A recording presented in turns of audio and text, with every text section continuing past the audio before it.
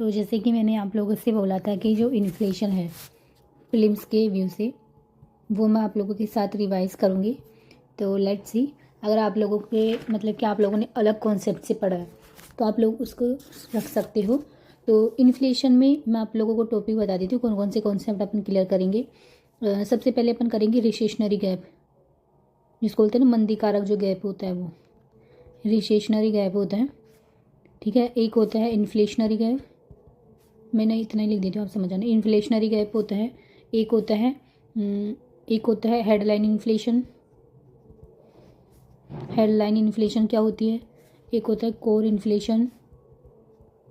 Inflation, एक होता है WPI क्या होता है, और CPI क्या होता है। CPI के 4 टाइप्स कौन कौन से होते हैं, कौन कौन उनको रिलीज़ करता है। ठीक है, और गवर्नमेंट के द्वारा इन्फ्लेशन को मेज़र करने के लिए कौन सा टूल यूज़ किया जाता है, ठीक है, ये वाला। और इसके अलावा जो इन्फ्लेशन होता है वो किस किस को किस प्रकार से इफेक्ट करता है। इन्फ्लेशन का इफेक्ट किस पर क्या पड़ता है, जैसे कि बायर होगा तो इस पर किस पड़ता है, कोई लोन लेता है तो उसके ऊपर कौन सा इफेक्ट पड़ता है। ठीक है, इसके अलावा एक है डिमांड पुल इन्फ्लेशन क्या होता है, और एक होता है कोस्ट पुश इन्फ्लेशन क्या होता है। ठीक है, और इसके अलावा और क्या होता है, एक सेकेंड, और इसके अलावा होता है एक, आई थिंक यही होते हैं मेन और देख लेंगे अगर जो साथ में याद आ गया ना। ठीक है, सबसे पहले अपन स्टार्ट करते हैं रेशेशनरी गैप क्या होता है। ठीक, इसको स्टार्ट करने से पहले मैं आप लोगों को एक ग्राफ बताना चाहती हूँ। मुझे नहीं पता आप लोगों ने पढ़ा या नहीं पढ़ा। तो ये ग्राफ होता है, ठीक है, इधर जो होता है वो होता है प्राइस होता है, और इधर होता है क्वांटिटी। ठीक है, तो ये होता है एग्रीगेट सप्लाई का, यानी कितनी सप्लाई हो रही है, और ये होता है एग्रीगेट डिमांड का। ठीक है, तो यहाँ पे तो क्या है, संभावित जो GDP है वो मेनली यहाँ पे होती है। ठीक है, जहाँ पे मेन पॉइंट है, तो यहाँ पे तो क्या है भाई, ये GDP जो है वो पोटेंशियल GDP है। ठीक है, अब अगर अपन को रिसेशनरी गैप अगर अपन को पढ़ना है तो इसमें क्या होता है, जो मतलब कि मेन पॉइंट है, मतलब कि जो डिमांड है वो इतनी है, लेकिन जो अभी GDP चल रही है वो इस पॉइंट पर चल रही है। ठीक है, तो अभी खरीदने वाले इतने हैं, मात्रा इतनी है, तो क्या हो जाएगा, जब चीज़ें ज़्यादा हो और ख़रीदने वाले कम हो, तो आप लोगों ने पता होगा जो प्राइस होता है वो क्या हो जाता है, कम हो जाता है। ठीक है, प्राइस क्या होता है, कम हो जाता है। तो प्राइस कम होता है तो क्या बोलते हैं अपन, उसको मंदी बोलते हैं। ठीक है, प्राइस कम होता है तो क्या बोलते हैं, उसको मंदी बोलते हैं, यानी खरीदने वाले इतने हैं जबकि चीज़ें कितनी है, इतनी है। तो यहाँ पे जो ये गैप हो गया, ये क्या हो गया, रिसेशनरी गैप, यानी जो मंदीकारी गैप होता है भाई। इसका अगर अपन उल्टा कर ले तो क्या होगा, जैसे कि ये एग्रीगेट सप्लाई, ये एग्रीगेट डिमांड हो गया। ठीक है, चाहिए कितना, इतना, लेकिन अभी है कितना, इतना। ठीक है, इतना चाहिए, इतना है, यानी चीज़ें क्या है, कम। अपन को जो चीज़ें चाहिए वो क्या है, कम, और लेने वाले कितने हैं, ज़्यादा। तो ठीक है, अब लेने वाले ज़्यादा हैं, चीज़ें हैं कम, तो अब उसका दाम क्या हो जाएगा, बढ़ जाएगा। तो इससे क्या हो जाएगा, इन्फ्लेशनरी गैप। जैसे कि मान लो मार्केट में जैसे कि टमाटर जो है वो केवल पूरे मार्केट में 10 किलो है, लेकिन खरीदवाने लोग जो है वो कितने, 20 किलो, मतलब जो खरीदार करने वाले उनको 20 किलो चाहिए, लेकिन अभी कितने हैं, 10 किलो। तो जो बेचने वाला होता है वो क्या करता है, इसकी प्राइस को बढ़ा देता है, टमाटर की प्राइस को क्या करेगा, 30 रुपये किलो कर देगा, क्योंकि खरीदने वाले बहुत है ना, तो ये एक नहीं करेगा, दूसरा खरीद लेगा। इससे क्या हो जाएगा, जो प्राइस है वो इंक्रीज हो जाएगी, और इससे क्या हो जाएगा, इन्फ्लेशनरी गैप हो जाएगा। ठीक है, तो आई थिंक ये दोनों कॉन्सेप्ट आप लोगों को समझ में आ गए होंगे। ठीक है, तो अपन ने रिसेशनरी गैप कर लिया, इन्फ्लेशनरी गैप कर लिया, उसके बाद में आता है हेडलाइन इन्फ्लेशन। ठीक है, एक सेकेंड, नेक्स्ट पेज पे चलते हैं अपन। तो हेडलाइन इन्फ्लेशन से पहले सबसे पहले एक कॉन्सेप्ट आता है, वो कॉन्सेप्ट अपन रिवाइज कर लेते हैं। सीन में पेन थोड़ा सा छोटा होना। सबसे पहले अपन पढ़ते हैं WPI और CPI, वुल प्राइस इंडेक्स। ठीक है, अपन जिनको बोलते हैं ना थोक के भाव चीज़ें मिल रही हैं, तो थोक के भाव मिलती है वो क्या मिलता है, WPI होता है। इसमें केवल गुड्स ऐड होते हैं। अब कोई बताएगा सर्विस ऐड क्यों नहीं होती, एक मिनट आप लोग सोच के देखिए, सर्विस क्यों ऐड नहीं होती इसमें। आपने कभी सुना है कि थोक के भाव में सर्विस मिल रही है, सुना है आपने कभी ऐसे कि चलो आज तो थोक के भाव में सर्विस मिल रही है, ले लेते हैं। गुड्स के बारे में आपने सुना होगा भाई, थोक के भाव में आज थोक के भाव में किताबें मिल रही हैं, या फिर एक मतलब वो 12 दामन का कुछ होता है, तो थोक के भाव में कभी सर्विस नहीं मिलती। तो ऑब्वियसली जो WPI होता है वो सर्विस को ऐड नहीं करता है। ठीक है, अब अगर अपन CPI की बात करें तो इसमें गुड्स एंड सर्विस दोनों आती है, क्योंकि ये इंडिविजुअल व्यक्तिगत स्तर पर मापता है, व्यक्तिगत स्तर पर जो होता है वो चीज़ों को काउंट करता है। ठीक है, मैं नॉर्मल लैंग्वेज में आप लोगों को मतलब ऐसे समझा रही हूँ ताकि मुझे भी समझ में आ जाए और आप लोगों को भी अच्छे से समझ में आ जाए, क्योंकि ज़्यादा वो करने से अपन को समझ में आना चाहिए बस। ठीक है, अब जो CPI होता है ना, वो होता है 4 टाइप का होता है CPI। एक तो होता है इंडस्ट्रियल वर्कर का होता है, एक होता है एग्रीगेट लेबर का होता है, एक होता है रूरल एरिया का होता है, और एक होता है combine CPI combine. I think आप लोगों ने सुना होगा CPI कंबाइन। ये क्यों इंपॉर्टेंट है? क्योंकि इसका यूज जो होता है वो गवर्नमेंट के द्वारा किया जाता है इन्फ्लेशन को टारगेट करने के लिए 4+-2। आई थिंक ये आपने सुना होगा। तो जो गवर्नमेंट जो होती है वो अपना टारगेट बनाती है इन्फ्लेशन का 4+-2, वो किसके आधार पर बनाती है? CPI कंबाइन, जिसमें अर्बन एंड रूरल दोनों आते हैं, उनको टारगेट करके ये बनाया जाता है। इंडस्ट्रियल जो वर्क है इसका बेस ईयर वो है 2016, एग्रीकल्चर का है 1986 to 87, और जो CPI रूरल का है ये भी सेम इसी की तरह। ठीक है, अब इन तीनों को जारी कौन करता है?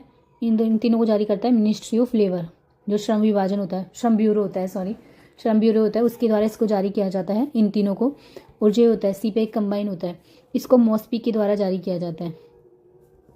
ठीक है, तो ये आप लोगों को याद रखना है कि जो इंडस्ट्रियल वर्कर, एग्रीकल्चर लेबर और जो रूरल लेबर होता है वो मिनिस्ट्री ऑफ लेबर के द्वारा जारी किया जाता है, जबकि जो CPI कंबाइन होता है वो मॉस्पी के द्वारा जारी किया जाता है। ठीक है, आप देखो अपन ने CPI पढ़ लिया, WPI अपन ने पढ़ ही लिया। ठीक है, अब अपन को पढ़ना था हेडलाइन इन्फ्लेशन का था, एक सेकेंड, अब अपन को पढ़ना था हेडलाइन इन्फ्लेशन है। तो CPI पढ़ाने का मेरा रीजन था क्योंकि जो हेडलाइन इन्फ्लेशन है वो इसी से रिलेटेड है। तो हेडलाइन इन्फ्लेशन, आई थिंक आज के बाद में आपको इस टॉपिक से रिलेटेड कोई कन्फ्यूजन नहीं रहा। हेडलाइन इन्फ्लेशन होता है वो किस पर मेजर किया जाता है? जो CPI कंबाइन अपन ने पढ़ा था ना, वो हेडलाइन इन्फ्लेशन को मेजर करता है। हेडलाइन इन्फ्लेशन का मतलब क्या होता है? Total inflation of economy, total inflation of economy या इंडिया, मतलब इंडिया में जो टोटल इन्फ्लेशन होती है वो हेडलाइन इन्फ्लेशन में जारी की जाती है। ठीक है, इसमें दिखी जाती है। एक होता है कोर इन्फ्लेशन, कोर इन्फ्लेशन अपन को पता है। कोर यानी अपन, जैसे कि कोर का मतलब क्या होता है? नीचे, जो नीचे की परत होती है वो, तो उसमें क्या होता है? ऊपर की सारी चीज़ें हट जाती हैं। जैसे कि अपन को मान लो जो लैंड है उसके नीचे की परत में जाना है, तो अपन को ऊपर की, जैसे कि पतझड़ हो गया, ऊपर की मिट्टी वगैरह सब कुछ हटाने के बाद में कोर में जाता है। तो कोर इन्फ्लेशन भी ऐसी है।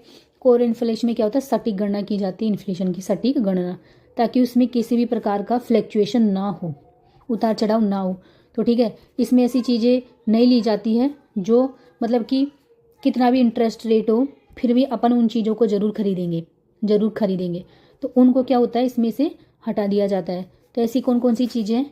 एक फूड है, क्योंकि इंटरेस्ट रेट चाहे कुछ भी हो जाए, फूड के बिना तो अपन नहीं रह सकते। ठीक है, एक होता है फ्यूल, ट्रांसपोर्ट के लिए फ्यूल भी ज़रूरत होती है, क्योंकि इसके बिना भी अपना, मतलब ये दो चीज़ें ऐसी हैं जिनके बिना अपन सर्वाइव नहीं कर सकते हैं। ठीक है, तो इन चीज़ों को क्या होता है? कोर इन्फ्लेशन में से हटा दिया जाता है, और फूड एंड फ्यूल को हटाने के बाद में जो इन्फ्लेशन निकलती है that is the core inflation. ठीक है, आई होप आप लोगों को ये समझ में आ गया होगा। एक और होता है refined core inflation. Refined core inflation में क्या होता है? मतलब और भी फ्लैक्चुएशन वाली जो चीज़ें होती हैं, उनको हटा दिया जाता है। जैसे कि इसमें आ जाएगा पेट्रोल हो गया, डीजल हो गया, एंड इसके अलावा ल्यूब्रिकेंट्स होते हैं अदर तरीके के, उनको भी हटा दिया जाता है। तो और भी मतलब कि फाइन वाली, लेकिन जो अपनी गवर्नमेंट होती है इसके द्वारा कोर इन्फ्लेशन का ही यूज किया जाता है। हेडलाइन इन्फ्लेशन में ये था। ठीक है, अब देखो अपन ने क्या क्या कर लिया, जो मैंने कॉन्सेप्ट बताए थे उनमें से अपन ने हेडलाइन इन्फ्लेशन कर ली, कोर इन्फ्लेशन कर लिया, WPI कर लिया, CPI कर लिया। ठीक है, अब था गवर्नमेंट इन्फ्लेशन मेजर करने के लिए कौन सा यूज करती है? अपन ने किया था CPI कंबाइन का, इसमें 4+-2 था। ठीक है, जो कि CPI कंबाइन मॉस्पी के द्वारा जारी किया जा रहा था। ठीक है, याद आ रहा होगा आप लोगों को। ठीक है, यही था इसमें। तो अब अपन पढ़ते हैं डिमांड पुल इन्फ्लेशन। ठीक है, डिमांड पुल, एक ग्राफ आप लोग ध्यान रखना।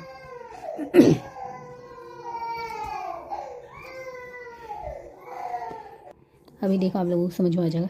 ये है एग्रीगेट सप्लाई, ये है एग्रीगेट डिमांड। ठीक है, अब जो होती है, जो सरकार होती है, गवर्नमेंट होती है, वो क्या होती है? डिमांड को ही इफेक्ट कर सकती है। ठीक है, तो अब अगर डिमांड इंक्रीज होगी, मान लो डिमांड यहाँ पे है, डिमांड हो गई इतनी, अपन को क्या करना है, प्राइस बढ़ाना है ओबियसली। अपन को प्राइस मतलब इन्फ्लेशन पढ़ना है, तो इन्फ्लेशन का मतलब ही क्या होता है, प्राइस बढ़ना, ठीक है।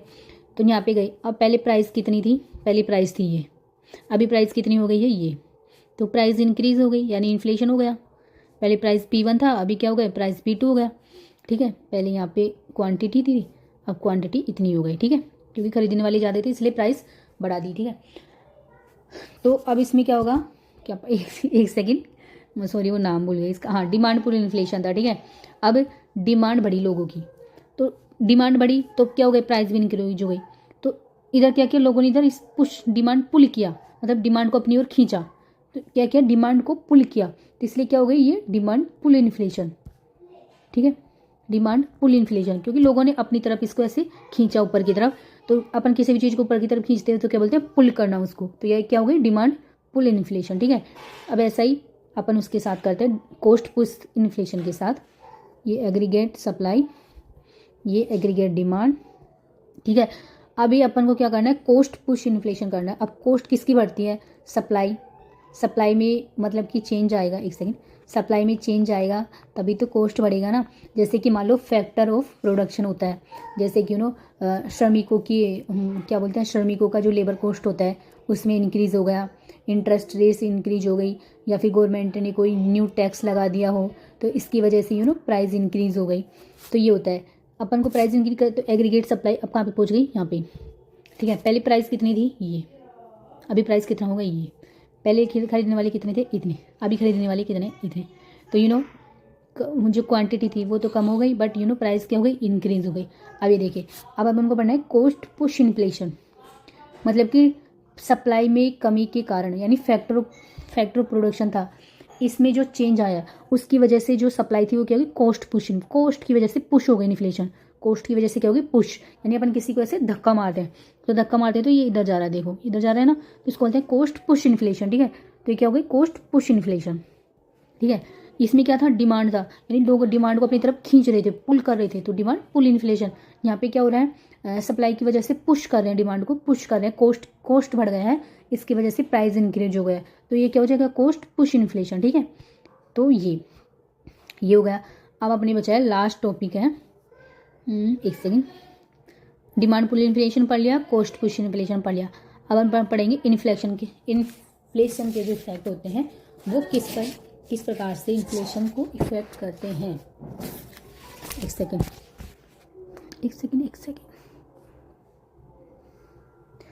इसमें ना अब अपन पढ़ते हैं इफेक्ट ऑफ इन्फ्लेशन, ठीक है। तो सबसे पहले पढ़ते हैं अपन कंज्यूमर इफेक्ट पढ़ते हैं, ठीक है। एक सेकेंड, कंज्यूमर पर क्या इफेक्ट पड़ता है इन्फ्लेशन का, प्राइस इंक्रीज होगी तो कंज्यूमर की जो परचेजिंग पावर है, यानी खरीदने की जो क्षमता है, परचेजिंग पावर है, वो क्या हो जाएगी, कम हो जाएगी, ठीक है। इससे क्या होगा, मतलब कि चीज़ें महंगी है लेकिन फिर भी जो ज़रूरी चीज़ें हैं उन पर तो खर्च करना ही पड़ेगा, जैसे कि मैंने बताया था फूड एंड जो फ्यूल होता है उन पर, तो सेविंग्स कम हो जाएंगी,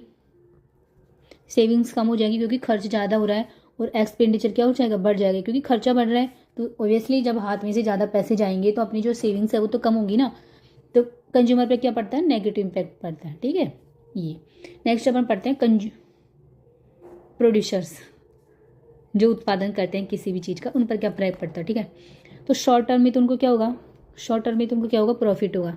कैसे प्रॉफिट होगा, जैसे कि प्राइस बढ़ रही है तो उनके पास ज़्यादा पैसा आएगा, अनएम्प्लॉयमेंट इससे क्या हो जाएगी, कम हो जाएगी, क्योंकि लोगों को ज़्यादा पैसे मिलेगा, ठीक है। वो लोगों को क्या करेंगे, हायर करेंगे, क्योंकि डिमांड ज़्यादा है, प्राइस ज़्यादा मिल रहे हैं, तो क्या करेंगे, अपने काम को बढ़ाने के लिए लोगों को काम पर लगाएंगे, जिससे जो बेरोजगार लोग हैं उनको क्या मिलेगा, काम मिलेगा, तो अनएम्प्लॉयमेंट तो कम हो जाएगी। लेकिन लॉन्ग टर्म में क्या होगा, मतलब कि अपन किसी भी चीज़ के प्रति क्या हो जाते हैं, फिर वो आदत हो जाती है, लोग भी ज़्यादा कमाने लग जाते हैं तो उनके पास भी ज़्यादा पैसा आ जाता है, तो जो कंज्यूमर की डिमांड होगी वो धीरे धीरे कम हो जाएगी, क्योंकि सर एक टाइम होता है ना जब इकोनॉमी बूम करती है, ये तो है नहीं कि इकोनॉमी में हमेशा ही बूम करती रहेगी, उसमें गैप, ये वाला कर्व तो आपने पढ़ा होगा ना, इकोनॉमी बूम कर रही है, इकोनॉमी डाउन जा रही है, जब डाउन जा रही होगी तो डिमांड क्या हो जाएगी, कम हो जाएगी, इससे क्या होगा, प्रॉफिट कम हो जाएगा तो आउटपुट भी कम हो जाएगा, और अनएम्प्लॉयमेंट जो तो वापस क्या हो जाएगी, इंक्रीज हो जाएगी, क्योंकि जब प्रोड्यूसर जो है, अब अगर उसको प्रॉफिट ही नहीं हो रहा तो भाई वो लोगों को काम कैसे देगा,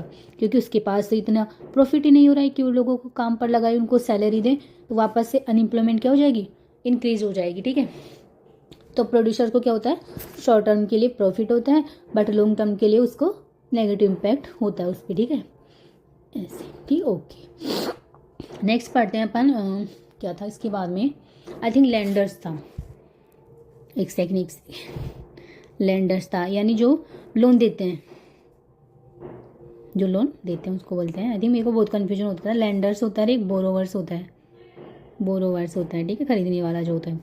अब लोन देने वाले को क्या होगा, नुकसान होगा। अब क्यों नुकसान होगा, जैसे कि मान लो अपन ने आज कोई 10 रुपये लोन लिया, ठीक है, 10 रुपये का अपन ने लोन लिया।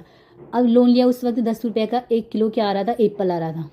ठीक है, अब अपन इसको वापस देंगे 10 रुपये, बोरोवर्स, सॉरी, अपन ने जिससे खरीद, अरे यार एक सेकेंड, अपन ने जिससे खरीदी थे, अब मान लो अपन ने 2 साल बाद में, 2 ईयर्स लेटर, अपन ने क्या किया, 10 रुपये वापस किया। अब उस टाइम पे क्या हो रही है, इन्फ्लेशन हो रही है। अब 10 रुपये क्या आ रहा है, आधा किलो सेव, तो इसको तो नुकसान हुआ ना, क्योंकि इसे तो आधा किलो सेव ही मिल रहा है, लेकिन जब इसने दिया था तब वो 1 किलो सेव खरीद सकता था 10 रुपये के, तो लैंडर्स को क्या हो जाएगा, नुकसान हो जाएगा। ठीक है, अब बोरोवर्स को क्या हो जाएगा, बेनिफिट हो जाएगा। अब बेनिफिट तो आपको साफ समझ में आ रहा है, क्योंकि जो खरीदने वाला है वो क्या था, जब उसने खरीदा था तब तो 1 किलो, तब तो 10 रुपये की वैल्यू क्या थी, बहुत ज़्यादा थी। अभी 10 रुपये की वैल्यू इतनी ज़्यादा है नहीं, तो उससे क्या हो जाएगा, फ़ायदा हो जाएगा, बेनिफिट्स हो जाएगा। क्योंकि ओबियसली पहले अपन देखते हैं 2-3 साल पहले तक 1000-1500 रुपये की कितनी वैल्यू होती थी, बट अभी इतनी नहीं है। तो जो पहले लोन जिसने ले रखा होगा उसको तो फ़ायदा हो जाएगा, क्योंकि अभी इतना, मतलब पहले उसने जो लोन लिया था उसकी आज इतनी वैल्यू नहीं है। जबकि लैंडर्स होगा, उसने क्या, जिस टाइम पे उसने दिया था तब तो क्या था, महंगा था, बट अभी जब वो ले रहा है तो क्या हो गया, सस्ता हो गया। तो इस वजह से उसको क्या हो जाएगा, नुकसान हो जाएगा। तो जो लैंडर्स होता है उसको तो क्या होता है, नेगेटिव इम्पैक्ट होता है, नुकसान होता है, जबकि जो बोरोवर्स होता है उसको बेनिफिट होता है। ठीक है, तो आई थिंक इतना ही था इनका, इन्फ्लेशन जो होता है वो इतना ही पड़ा है ना, इतना ही था, और क्या, आई थिंक इससे ज़्यादा नहीं था। इसमें और टॉपिक थे जैसे मैंने पढ़े थे, बट वो क्या है ना, थोड़ी सी मेन से रिलेटेड थे, और आई थिंक मैं समझाऊंगी ना तो वो समझ में भी नहीं आएंगे, मैं खुद ही रिवाइज कर लूँगी उनको।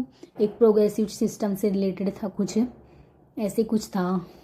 एक प्राइस वेज स्पाइरल था, जैसे कि अपन प्राइस इंक्रीज हो रही है, फिर वापस से कम हो रही है, फिर इंक्रीज हो रही है, फिर एक सर्कल सा बन जाता है, उसको प्राइस वेज स्पाइरल बोलते हैं। ठीक है, और इसके अलावा और क्या था, एक